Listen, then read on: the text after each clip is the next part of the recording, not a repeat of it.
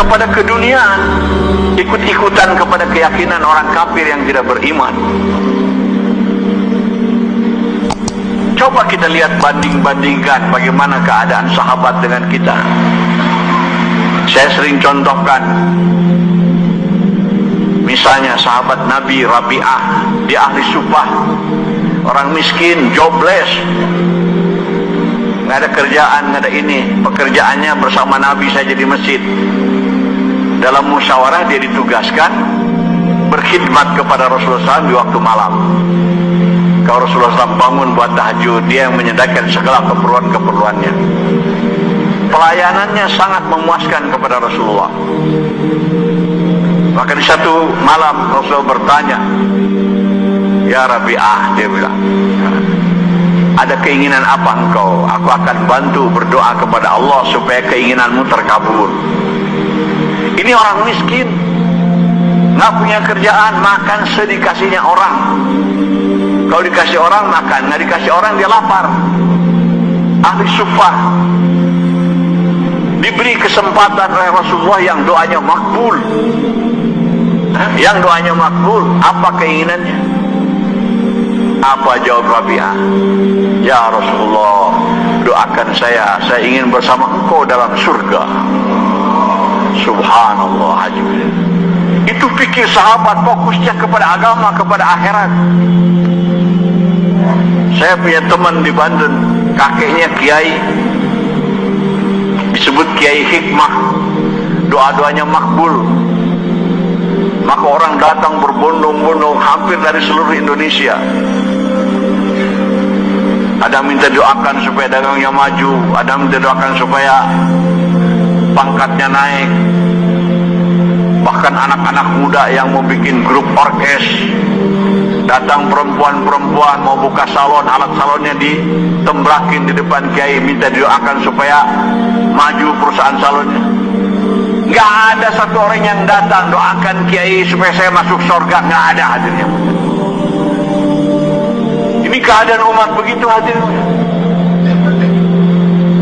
Ada mendatangi kiai yang doanya makbul, tapi yang dipinta keduniaan. Tidak ada kepada fokus kepada agama.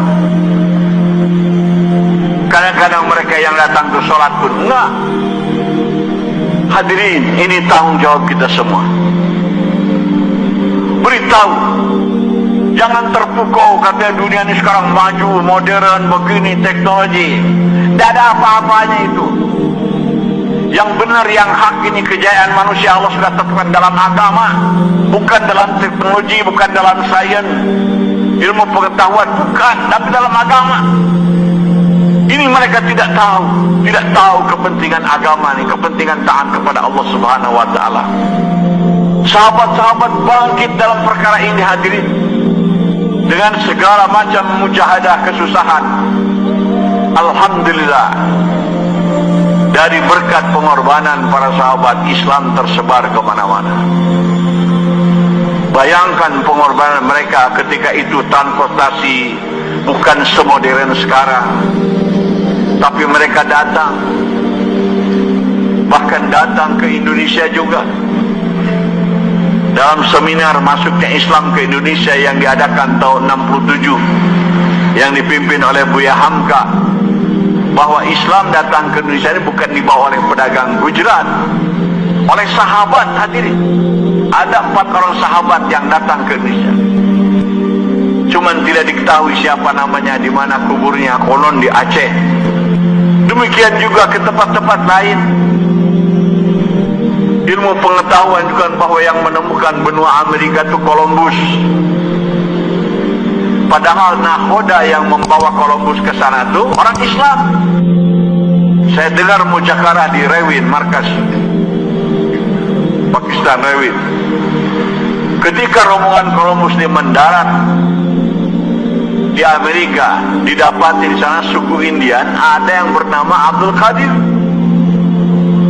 Tapi ini dihapus seolah-olah Columbus yang pertama ke Amerika. Kalau dilihat dari situ, sahabat sudah datang. Bukti dari 124.000 jumlah sahabat, kuburnya yang ada Mekah Madinah kurang lebih hanya 10.000 saja. Yang lain Di Yordan ada 30.000 kubur para sahabat.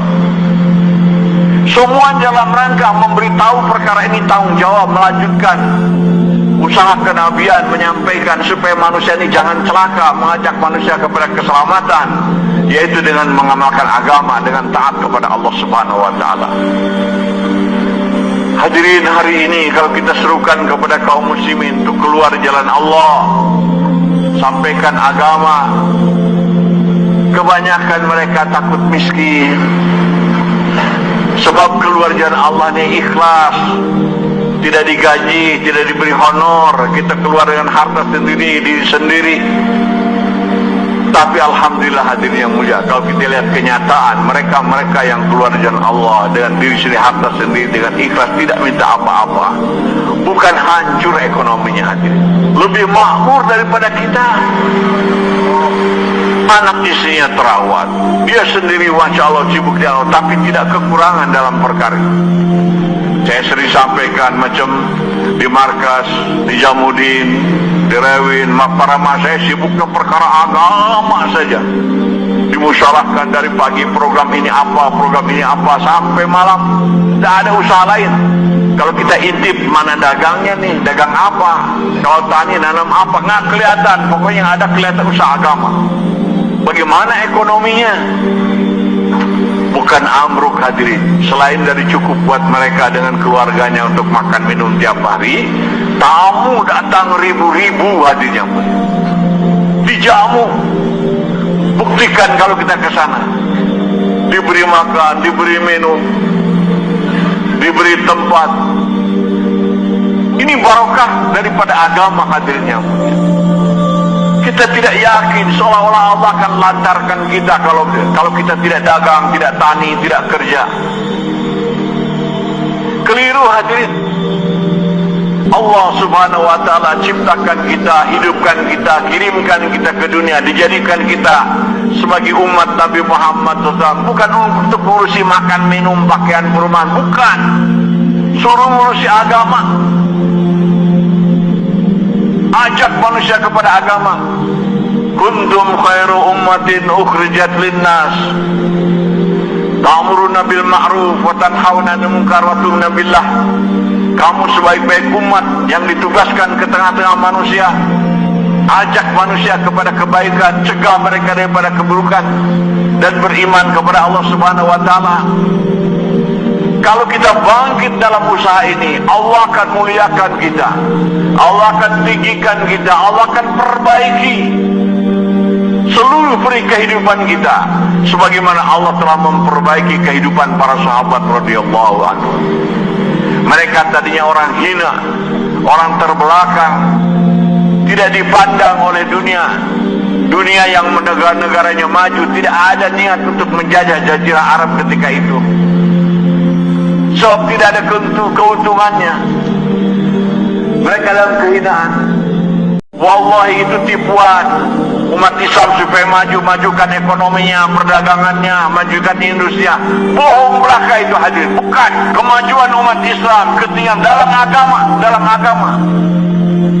Hanya satu-satunya jalan bagi ini.